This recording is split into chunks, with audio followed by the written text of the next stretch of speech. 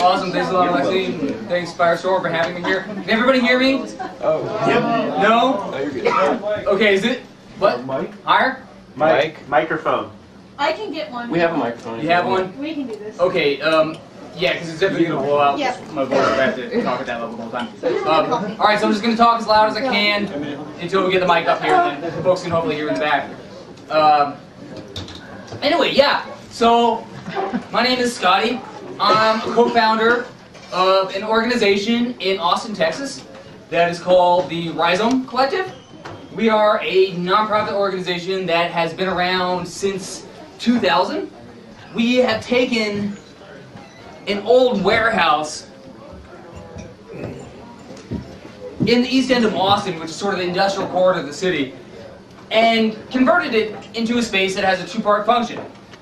To one, be what we call a center for community organizing. We provide low-rent space to a number of different social and activist organizations. Those include Bikes Across Borders, which is a group that collects donations of bicycles and fixes them up and brings them down to communities in the global south to help them establish transportation autonomy. We have the Inside Books Project, which is a Books for Prisoners project, which in Texas there are many people incarcerated and not a whole lot of funding available for education or for libraries, so they fulfill an important need. We have a web radio collective, independent media, a lot of different organizations have worked out of that space. The second part of what we do is to be a center for urban sustainability education. We have on display numerous ecological tools and technologies that are designed to teach urban residents how to have more local access and control over life's essential resources, which we count as being food production, water security, waste management, energy production. We put a lot of emphasis on designing systems that are affordable, that are simple to both design, construct, maintain, and ultimately dismantle, and ones that utilize a lot of salvaged and recycled materials.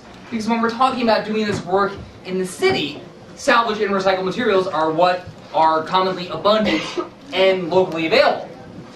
All this is done with the intention of creating a version of sustainability. Oh, awesome. Okay, now I don't need to blow my throat out. Everybody hear me now? Okay. Fabulous.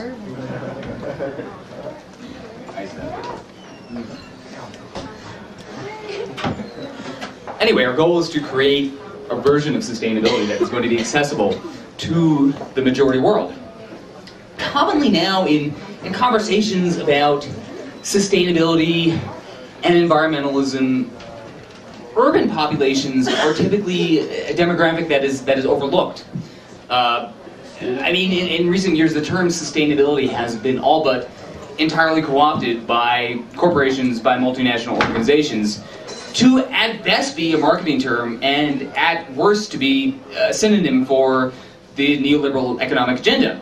So we're trying to bring sustainability, the concept of sustainability, back to its true original meaning, which is how to live in such a way that the resources available to us are going to be available to what is essentially an indefinite number of future human generations. So that is a lot of our focus. In the upcoming decades, we're going to be known as the twin hydrocarbon events, both of energy depletion and of climate change. Exactly how these are going to converge and how these scenarios are going to play out is difficult to predict. But what we do know is that it's going to be essential to make a rapid and urgent transition into being a society and a culture that consumes drastically less. We're going to have to relocalize all of our living processes back into the places of human population. Who's familiar with the term permaculture? Is that a word that most people are more or less familiar with? Basically what permaculture is a way of designing long-lasting, sustainable human cultures. It draws on everything from modern sciences to traditional knowledge. But in a nutshell, to me, it's about is creating intensely cultivated systems in as small of a space as possible that are capable of providing for as many of our own human needs as possible. So in this regard, cities are ideal because they already are so intensely cultivated, and there is a lot of existing infrastructure available to work with as well. Whether it's old warehouses or rooftops or parking lots, there's a lot of space that through time and work can be converted so it's capable of providing us with many of our own needs.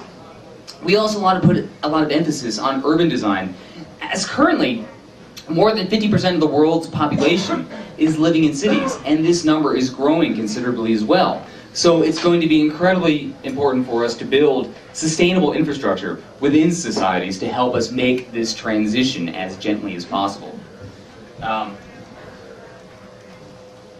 So what I would like to do tonight is sort of take you on a virtual tour of some of the systems we've developed at Rhizome over the past 9 years, and other ones that we've been working. I've been spending a lot of time in upstate New York recently and developing cold weather tolerant systems as well, so I'm going to show off a couple of those.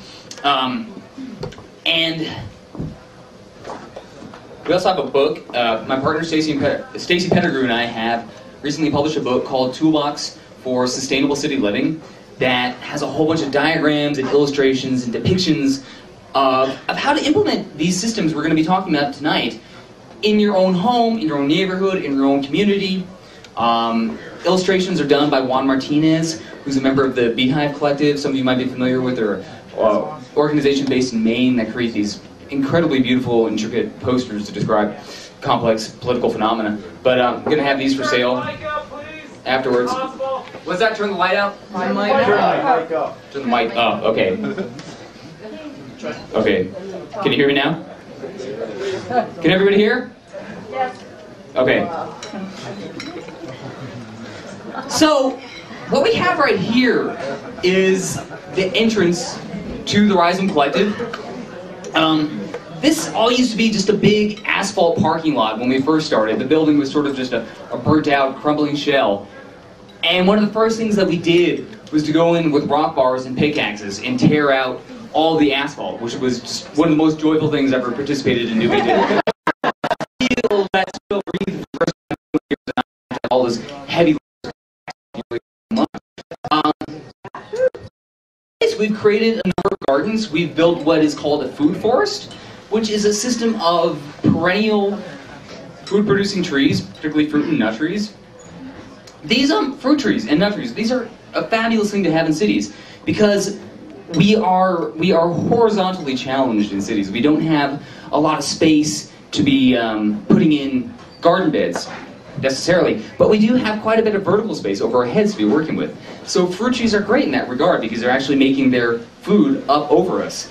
And it is also speculated, I can't back this up with data at this point, but hopefully soon, that if you have soil that is of questionable quality in terms of just contamination, which is a major problem in cities, and we're going to be talking a lot more about that in a bit, eating the fruit off of trees is a safer bet than eating garden vegetables that are grown in contaminated soils.